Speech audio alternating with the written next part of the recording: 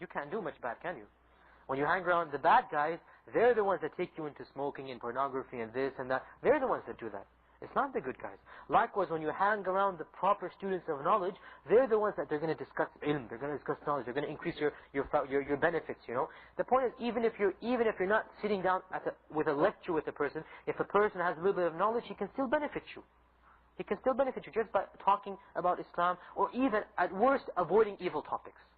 A person of knowledge, a person who fears Allah subhanahu wa ta'ala, he's not going to let you smoke in front of him, or put on a dirty movie, or do something like this. So the least thing that he's going to prevent you from going astray. Okay? So be careful who you choose as your friends. And this is not just in seeking knowledge, this is in general. This is in general. The Prophet ﷺ described described the good friend as the seller of perfume, and the evil friend as, who knows the hadith?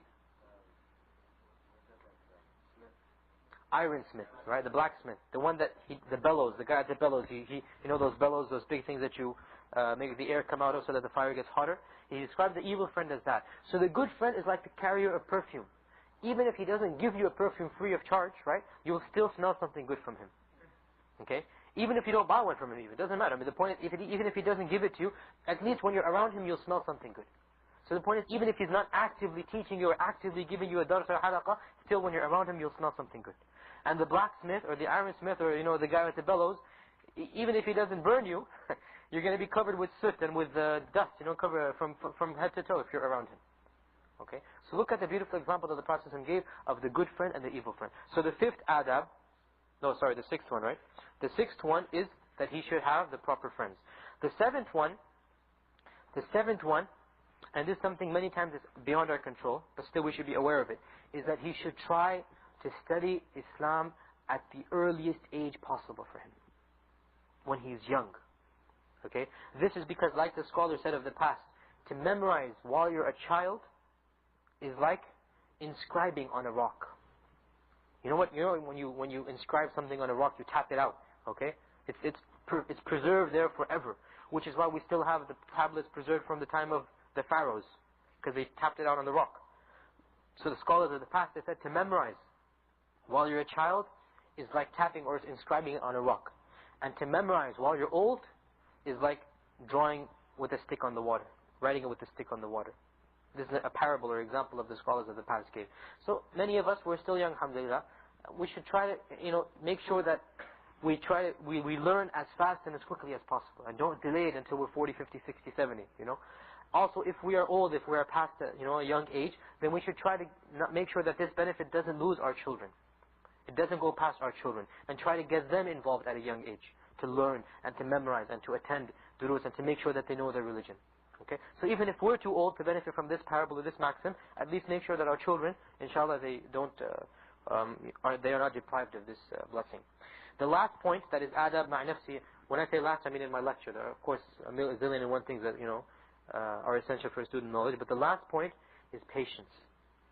Patience. And this is something that is very important for the student of knowledge.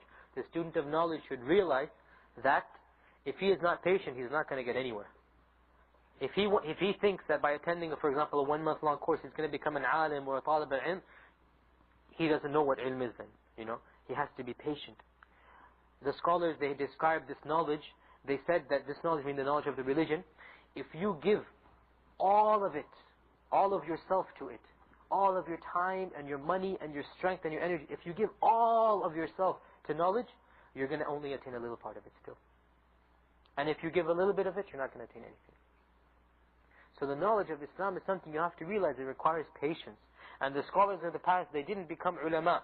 They didn't become scholars of the past and the present just by studying a few weeks or a few months or a few years even.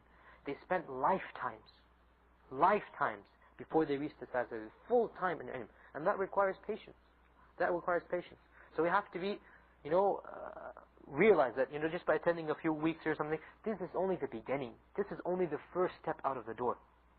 If we want to continue this, it doesn't just mean after this 1 month, khalas, I attended this 1 month long course, and just relax and stretch out your arms, you're done. No, this is just the beginning of your lifelong journey as a student of knowledge.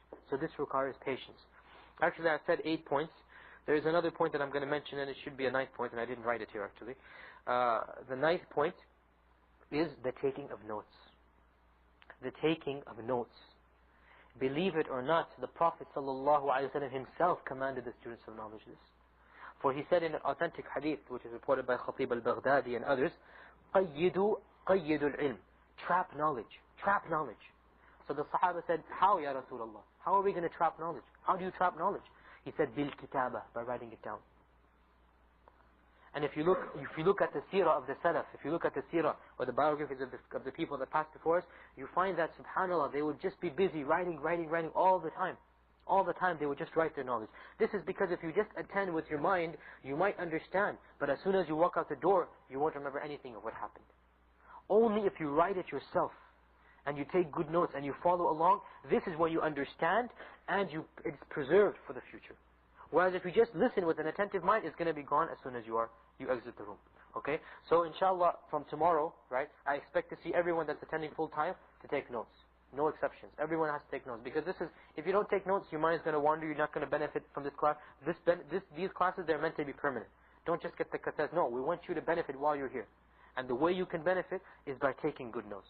This is something which the Salaf, they talked a lot about. Taking notes. The importance of taking notes when you listen to Quran and Hadith. Because only by taking notes will that knowledge be preserved. Otherwise, it will be gone. And everyone that's gone through college knows your own notes are much better than anyone else's. That's what you really and truly understand. You know, the other guy's notes might even be more comprehensive. He might have recorded more stuff than you did, but you understand your notes better than anyone else's. Everyone knows this by experience if they've gone through college or high school. You know what I mean? Your own notes, they're always the ones you understand because you wrote them. You know your own symbols, your own acronyms, your own dirty handwriting, especially with me, you know. You can read it. No one else can, you know.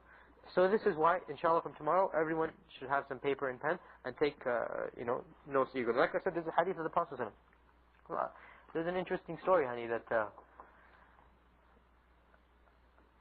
some questions there. There's an interesting story of some of the Salaf, I forgot who, that they would be taking notes in their hadith classes, and when they ran out of paper, they started writing on their sleeves.